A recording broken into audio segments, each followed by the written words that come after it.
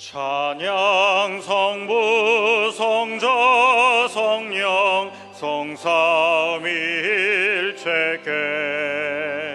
영원 무궁하기까지 영광을 돌리세 영광을 돌리세.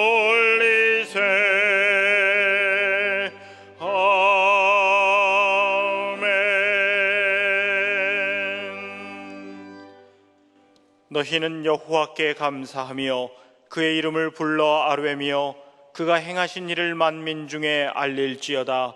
그에게 노래하며 그를 찬양하고 그의 모든 기사를 전할지어다. 그의 성호를 자랑하라. 여호와를 구하는 자마다 마음이 즐거울지로다.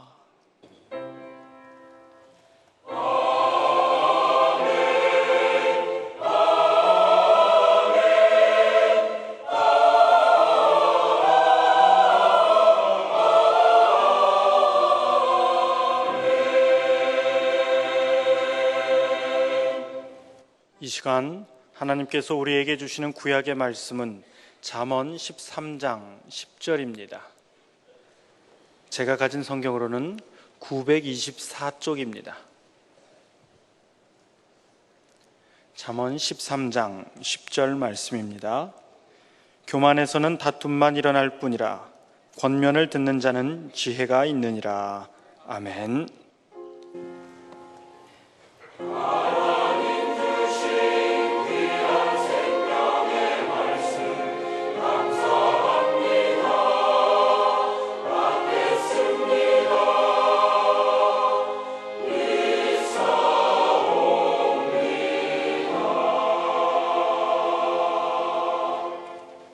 하나님께서 우리에게 주시는 신약의 말씀은 빌립보서 2장 1절에서부터 4절까지입니다.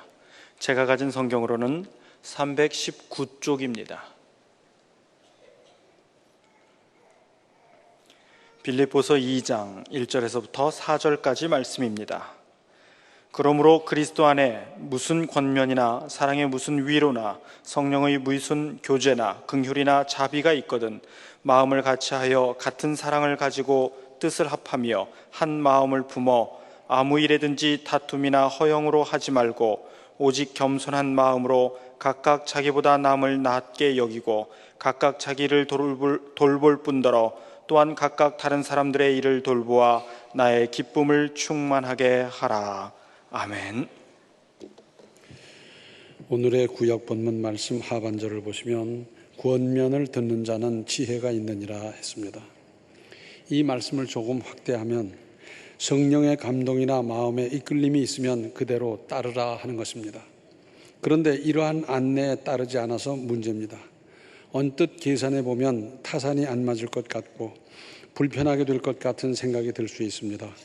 혹 저런 일을 내가 도와주어야지, 지금 보살펴 줘야 하는데, 이런 생각이 들다가도 다른 한편으로는 시간이 없잖아, 지금 내가 그런 일에 힘쓸 형편이 못 되지, 지는 겁니다. 성령의 인도나 마음의 감동을 따르지 않고 보면 결국은 지혜 없는 사람이 되고 말 수밖에 없습니다. 그러니까 성령의 감동이나 마음의 이끌림이 있으면 그대로 따르는 것이 지혜라는 말씀이고 그렇게 하라는 겁니다. 왜냐하면 하나님은 지혜의 하나님이시고 최고로 지혜로우신 분이시기 때문입니다. 또 오늘의 신약 본문 말씀 3절 하반절과 4절을 보시면 오직 겸손한 마음으로 각각 자기보다 남을 낮게 여기고 각각 자기 일을 돌볼 뿐더러 또한 각각 다른 사람들의 일을 돌보아 나의 기쁨을 충만하게 하라 했습니다. 남의 일을 돌보는 것은 믿음에서 우러난 선행이고 겸손히 다른 사람을 나보다 낮게 여기면서 높이고 보살피고 배려하는 마음이기도 합니다. 이렇게 하면 바울의 마음을 기쁘게 한다는 겁니다. 바울의 마음을 기쁘게 한다고 하는 것은 결국 하나님을 기쁘시게 하는 것이 되고 이러한 수고에는 하나님의 커다란 상급이 따를 것입니다. 초기 교회 모두가 옹색하고 거기다가 핍박까지 받아가면서 마음의 여유가 별로 없었을 텐데 그래도 오직 겸손한 마음으로 각각 자기보다 남을 낮게 여기고 각각 자기 일을 돌볼 뿐더러 또한 각각 다른 사람들의 일을 돌보아 나의 기쁨을 충만하게 하라 했습니다. 이러한 악조건 하에서 할 수 있었겠습니까? 그렇습니다. 할 수 있습니다. 성경에서 예를 찾아보면 먼저 열왕기하서 6장 8절로 23절에는 이런 기사가 나와 있습니다. 아람 나라가 옆에 있었는데 이 아람 나라는 당시 아주 강성한 나라였어요. 그래서 이스라엘을 넘보고 이스라엘을 치려고 온갖 계략을 다 세웠습니다. 그래서 이번에는 이쪽으로 이렇게 가면 되겠다 생각을 하고 그 전략적인 요충지를 먼저 이제 손에 넣으면서 시작을 해야 되겠다 하고 가보니까 거기 이미 이스라엘 군대가 꽉 진을 치고 아주 지형지물이 유리한 곳에 자리 잡고 있어요. 아, 이거 안 되겠다. 돌아왔습니다. 그 다음에 다른 쪽으로 다시 쳐들어가기 위해서 모든 준비를 하고 가봤더니 그 요해처에 또 이스라엘 군대가 딱 진을 치고 있어요. 몇 번을 그러다 보니까 아람 왕이 화가 났습니다. 이거 아무래도 우리 안에 간첩이 있는 거다. 그래서 우리가 어디로 갈 걸 알려주고 그래서 저들이 저렇게 준비하는 거 아니냐 했더니 신하가 말합니다. 아닙니다. 그 나라에는 이스라엘 나라에는 엘리사라는 선지자가 있는데 그 사람은 임금님이 침상에서 하는 말까지 다 듣고 알고 있습니다. 그래서 그러는 겁니다. 그래, 그러면 그 엘리사를 없애버리면 되겠구나. 엘리사가 지금 어디 있느냐? 예, 도단성에 있다고 합니다. 그럼 도단성으로 쳐들어가자. 그리고는 도단성으로 쳐들어가서 도단성을 완전히 포위했습니다. 그 많은 군대가 작은 성을 포위하고 보니까 어떻게 됐겠습니까? 그래서 엘리사의 조수인 사람이 뛰어들어왔습니다. 선생님, 큰일 났습니다. 저 아람 군대가 우리 성을 포위하고 있는데 어떻게 하면 좋겠습니까? 큰일 났습니다. 그랬더니 하나님께 기도했습니다. 하나님, 저 사람의 눈을 열어 보게 하시옵소서. 그래서 그가 보았더니 눈이 열리면서 보이는데 불말과 불수레가 훨씬 많이 있고요. 그 불말과 불수레의 그 능력이 얼마나 대단하겠으며 그 불말과 불수레가 엘리사를 옹위하고 있는 겁니다. 그리고 나서 엘리사가 성 밖으로 나갔어요. 나가면서 하나님께 기도를 했습니다. 하나님, 저들의 눈을 어둡게 해 주시옵소서. 그리고 나가서 그들에게 묻습니다. 당신들 여기 왜 왔느냐? 엘리사를 잡으러 왔다. 지금 눈이 어두워져서 못 보는 겁니다, 제대로. 아, 그러면 나를 따라오시오. 그래서 그 사람들을 쭉 안내해서 도단성보다 훨씬 큰 옆에 있는 사마리아 성으로 다 끌어들이고 문을 털깍 잠갔어요. 그때서야 이 사람들이 정신을 차리고 보니까 완전 포로가 됐네요. 그때 이스라엘 왕이 얼마나 신명이 났겠습니까? 저놈들은 그냥 싹 베버릴까요? 그러니까 엘리사가 말렸습니다. 우리가 창과 칼로 저들을 포로로 잡았다 한들 그렇게 하겠습니까? 그러지 말고요, 저 사람들 잘 먹여서 돌려보냅시다. 이미 이 사람들은 무장 해제는 당했고 그 무기는 이쪽 것이 됐고 그런 상태 아닙니까? 그래서 이들을 그대로 돌려보냈어요. 그랬더니 이 사람들이 돌아가서는 다시는 이스라엘을 넘보지 못했습니다. 만약에 그들의 목을 전부 다 베었더라면 어떻게 됐겠습니까?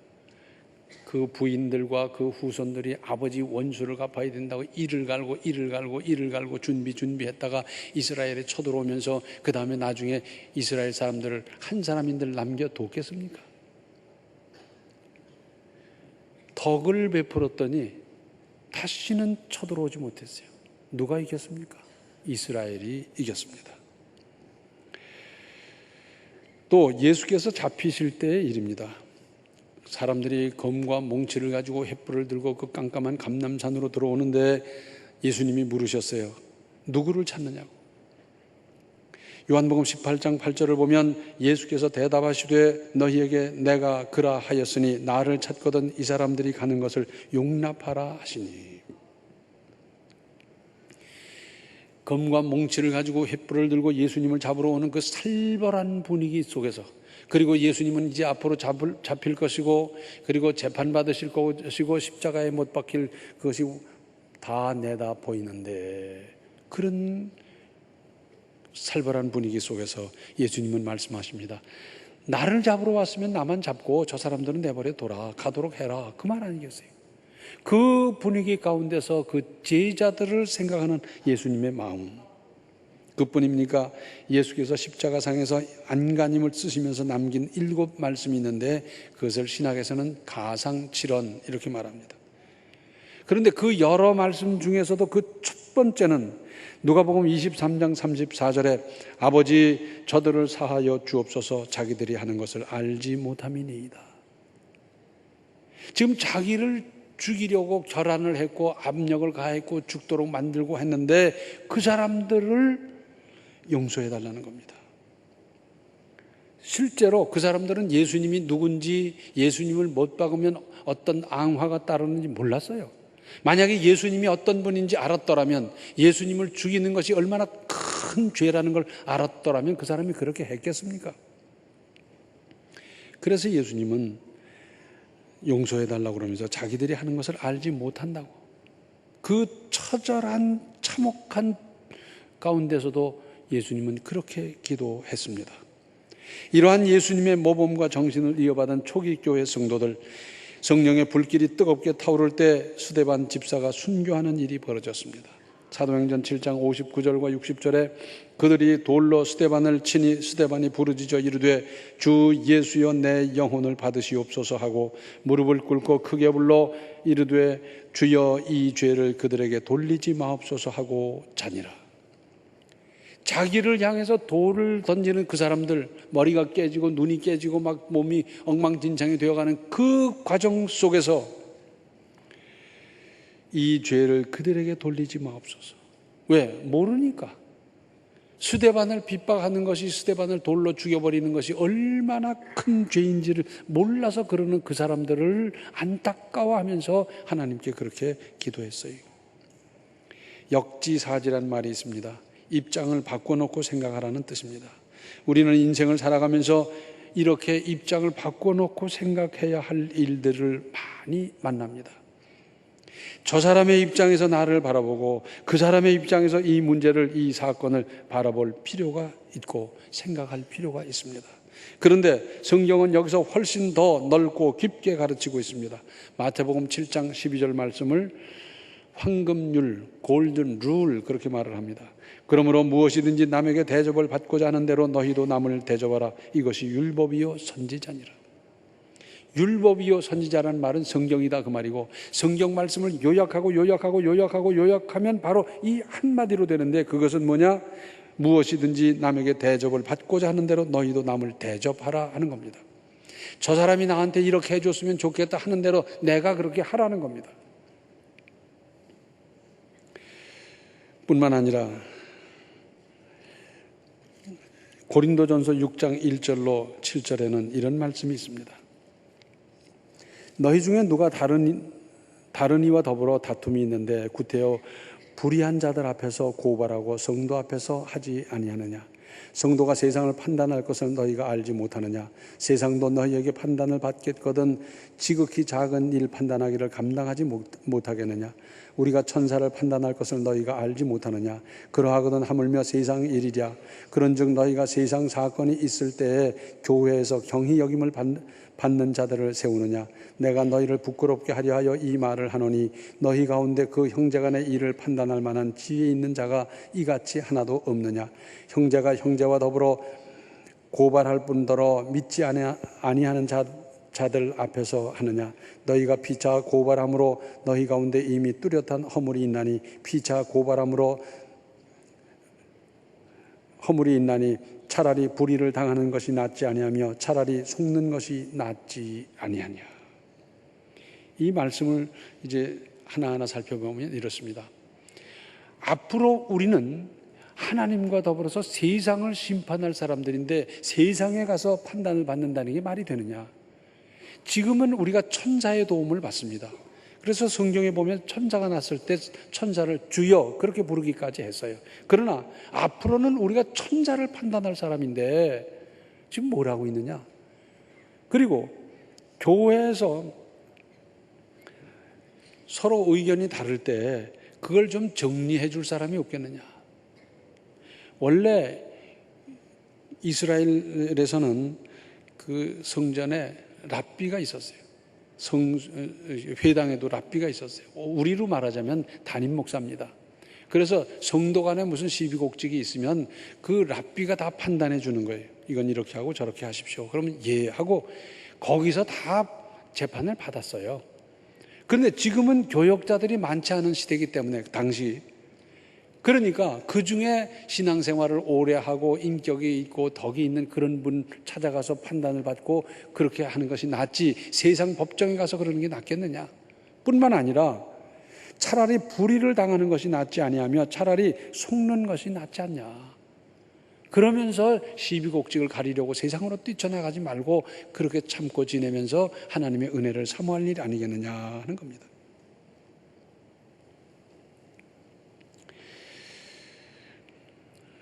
여기서 우리는 배려란 말을 생각하게 됩니다.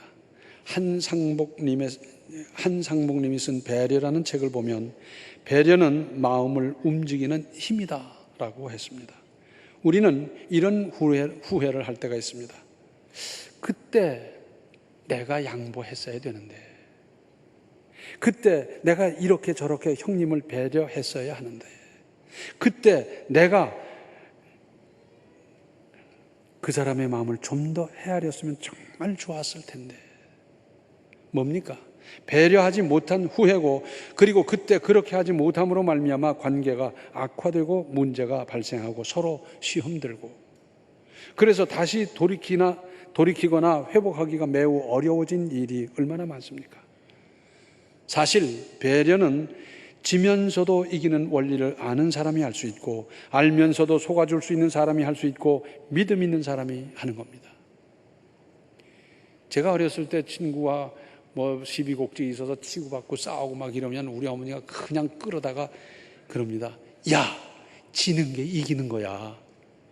아니, 지는 게 무슨 이기는 게 있어요. 막 그랬는데 나이를 먹어가면서 지면서 이기는 일이 그렇게 많더라고요. 가만히 살펴보니 그래요. 또 알면서 속아준 경험이 있습니까? 똑똑한 사람은 알면서 속아줄 줄 몰라요. 지혜로운 사람은 알면서도 속아줄 줄 압니다. 믿음 있는 사람이 하고요. 신앙인이 이악하고 각박하면 도대체 어디에 쓰겠습니까? 자기는 한 번도 쓰지 않으면서 대접만 받으려 하고 배려는 제일 먼저 받으려는 사람이 더러 있습니다. 아닙니다. 이러면 안 됩니다. 세상 어디를 보아도 각박한 이 땅에서 배려를 받고 보면 얼마나 상쾌합니까? 그날 뿐입니까? 다음 날도 그 상쾌한 마음이 계속되고 그러잖아요. 고속도로라든지 큰 길을 가다 보면 작은 길에서 진입하는 차가 있어요. 그렇죠? 그런데 어떤 분의 글을 읽어봤더니 이제 큰 길을 가고 옆에서 들어오는 차가 있고 이런데 명절 때였더랍니다. 그 차가 들어오도록 좀 비켜주고 기다려주고 해야 될 텐데 한 사람도 안 하는 거예요.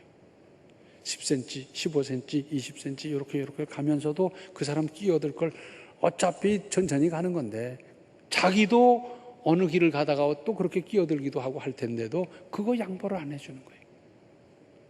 그때 어떤 사람이 잠깐 차를 멈춰줘서 진입을 했는데 그 사람이 진입을 하자마자 차에서 내려서 그냥 꾹뻑 90도로 절을 하더래요. 왜? 얼마나 기다렸으면 90도로 절을 하겠습니까? 그거 좀 열어주면 되는데 그걸 못하는 각박한 마음으로 세상 살아서 어쩌자는 겁니까? 우리 교인이야 안 그러겠지만 이제 저기 그런 사람들이 있더라고요.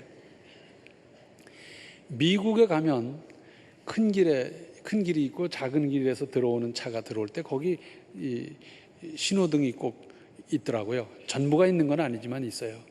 근데 빨간불, 파란불 하면서 파란불이 잠깐 들어왔다 꺼져요. 그리고 빨간불 켜 있고. 근데 거기 뭐라고 써 있냐면 per one car, 그래서 파란 불이 들어올 때마다 차 한 대만 가라, 그런 말이에요. 그런데 파란불이 들어왔을 때 한 대만 가고 또 한 대만 가고 그러면 진입도 쉬워지고 엉키고 그렇지 않잖아요. 얼마나 좋습니까? 그런데 파란불이 들어왔을 때 앞차를 따라서 쪼르륵 하면서 두 대째 세 대째 가는 사람은 한국 사람이에요. 아이 참,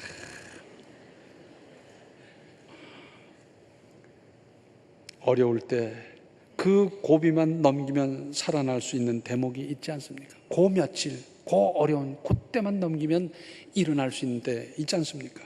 그때 작은 배려가 소생하는 기적을 만들 수 있습니다.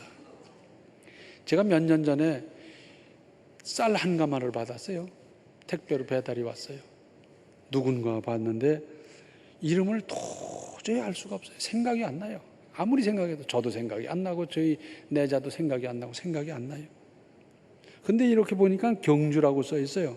그래서 경주 있을 때 교인이었나 해서 그때 무슨 수첩이고 이런 거 있는 대로 찾아봐도 잘 모르겠어요.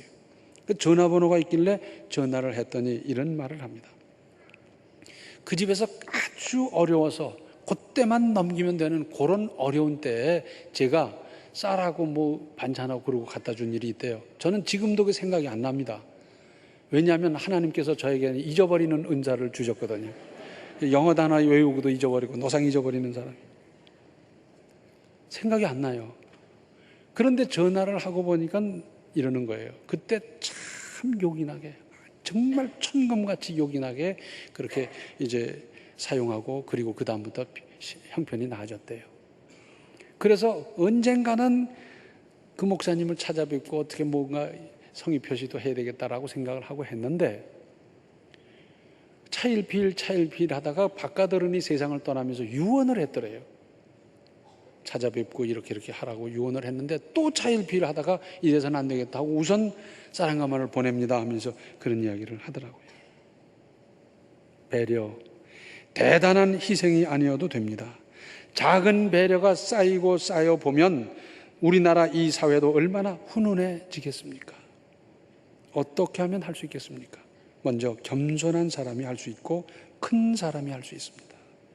작은 사람은 코앞에 있는 일밖에 못 보고 그 일이 전부인 줄 알고 인생의 전부인 줄 알고 길게도 넓게도 못 봐요. 내 인생을 작은 사람으로 만들고 작은 인생으로 살아가시겠습니까?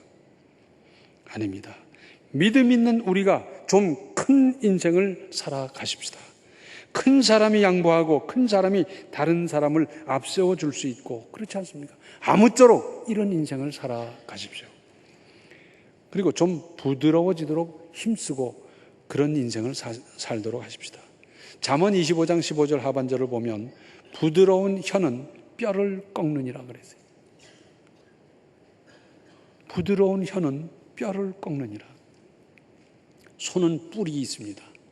그 뿔이 무서워요. 그걸로 받아버리면 나가 떨어지고 죽기도 하고 그 소에게 있어서 무기인데, 그러나 그 뿔은 잘라집니다.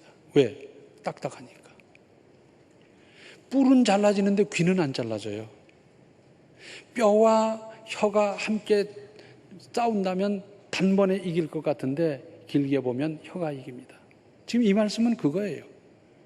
그것은 부드러운 것이 이긴다는 뜻도 되고요, 부드러워야 이긴다는 뜻도 되고요, 그런 말씀입니다. 농칠 줄도 알고 한 걸음 물러나서 사물을 볼 줄도 알고, 좀 우린 그런 마음이 필요하지 않습니까? 마태복음 5장에 보면 팔복이 나오는데 그 중에 5장 5절에 온유한 자는 복이 있나니 그들이 땅을 기업으로 받을 것이미요 했습니다. 온유하다는 게 뭡니까? 사람의 성품이, 사람의 마음이, 그에게서 풍겨나오는 분위기가 따뜻하고 부드러운 거. 어떤 사람은 다른 사람을 긴장시킵니다.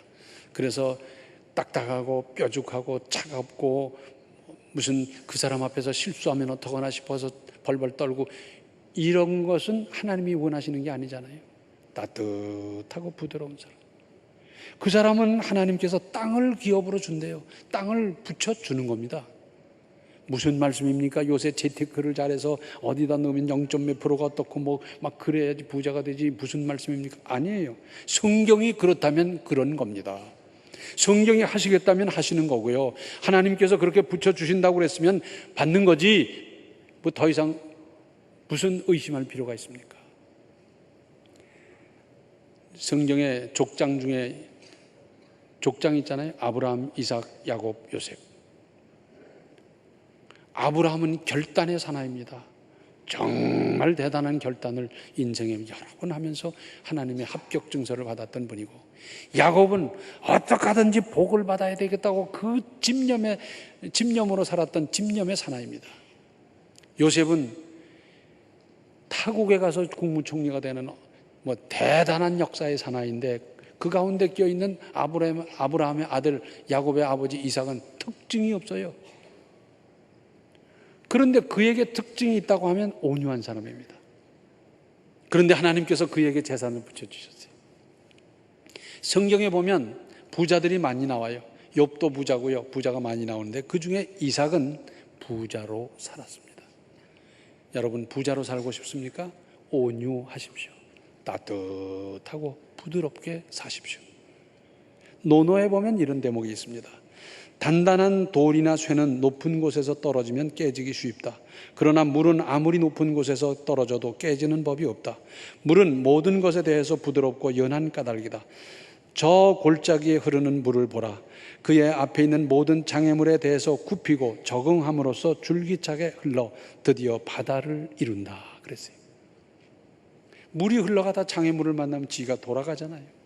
그런다고 물이 집니까? 물이 진 겁니까? 그러면서 새 강을 다 흡수하고 마침내 큰 바다를 이루지 않습니까? 그 물이 졌다고 생각할 사람이 누가 있어요? 그래서 우리 흔히 그런 말을 쓰죠. 그런 법이 어디 있느냐? 그런데 그게 바로 이거예요. 삼수변에 갈 것자거든. 그래서 물이 흘러가는 게 법이고 순리예요. 그게 상식이에요. 그대로 가는 거예요.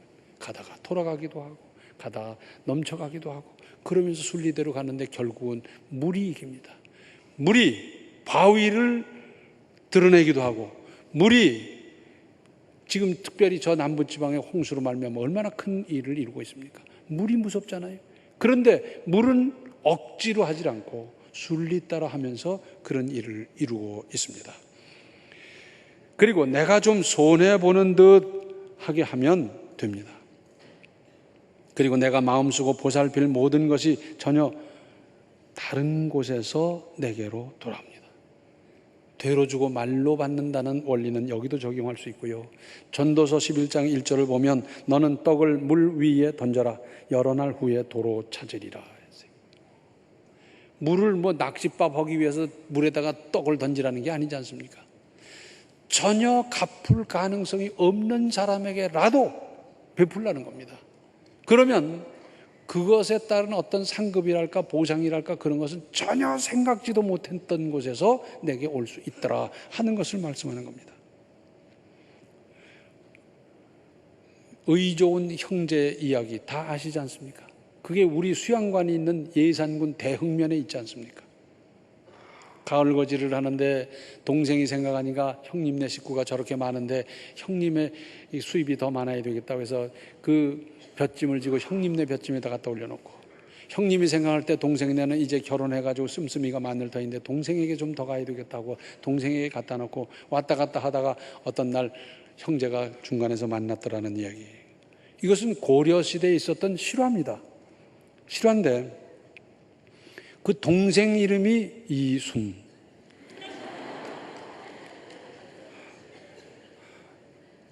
간음하다가 현장에서 잡혀온 자인, 돌로 쳐죽이려고 살기등등한 그들 앞에서 얼마나 발발발 떨고 있었겠습니까?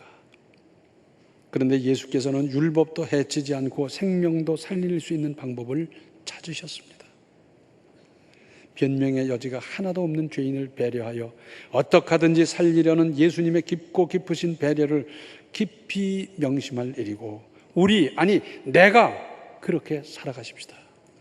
남편도 좀 배려하고, 아내도 좀 배려하고, 부모님 좀 배려하고, 자식도 좀 배려하고, 회사 직원들도 조금 배려하고, 그냥 무슨 혜택이 있으면 지가 먼저 따먹으려고 하지 말고 좀 양보도 좀 하고.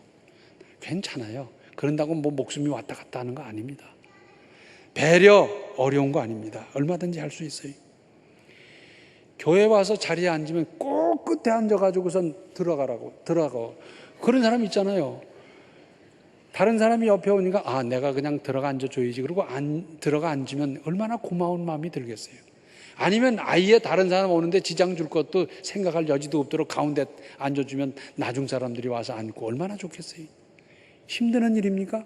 돈 드는 일입니까? 땀나는 일입니까? 얼마든지 할 수 있잖아요. 근데 꼭 끝에 앉는 사람 왜 끝에 그렇게 앉느냐 물었더니 빨리 나가려고 그런대요. 예배 마치고. 그 빨리 나가서 몇 분 먼저 나가는데 할 수 있잖아요. 그죠? 누구든지 할 수 있는 거. 돈도 안 들고 땀도 안 나고 얼마든지 할 수 있지 않습니까? 나도 할 수 있습니다. 얼마든지 할 수 있습니다. 어린 사람도 할 수 있습니다. 노인도 할 수 있습니다. 믿음이면 할 수 있고, 기도하면 할 수 있고, 믿음이 깊어지면 더 잘할 수 있고, 지금도 얼마든지 할 수 있고, 늘 주변 사람들을 배려해주는 멋진 인생을 이제부터 살아가시기 바랍니다. 기도하시겠습니다. 은혜로우신 아버지 하나님, 저희들은 태어나기를 이기적으로 태어나서 배려하기보다는 제 이득 챙기기에 바빴던 저희들의 부족함을 용서하여 주시옵소서. 이제부터는 다른 사람 앞세워주기도 하고, 이제부터는 다른 사람 먼저 생각하기도 하고, 양보하기도 하고, 저희들이 참으로 배려하는 인생을 살아가게 하여 주셔서 저희 한 사람 한 사람으로 말미암아 저희 주변이 따뜻해지고 부드러워지고 살만하고 분위기가 살아나는 그 역사를 우리 한 사람 한 사람으로 말미암아 이루어 주시옵소서. 예수님의 이름 받들어 간절히 기도하옵나이다. 아멘. 다툼이나 허영을 버리고 예수님의 겸손을 더 잘 배워 나가십시오. 지금은 생명의 주 예수 그리스도의 은혜와 하나님 우리 아버지의 극진하신 사랑과 성령의 감화, 감동, 충만, 교통하심이 다른 사람을 배려하며 양보하며 나보다 낮게 여기며 살기로 작정하는 모든 성도들 머리 위에 이제로부터 영원토록 함께 계시기를 간절히 축원하옵나이다. 아멘.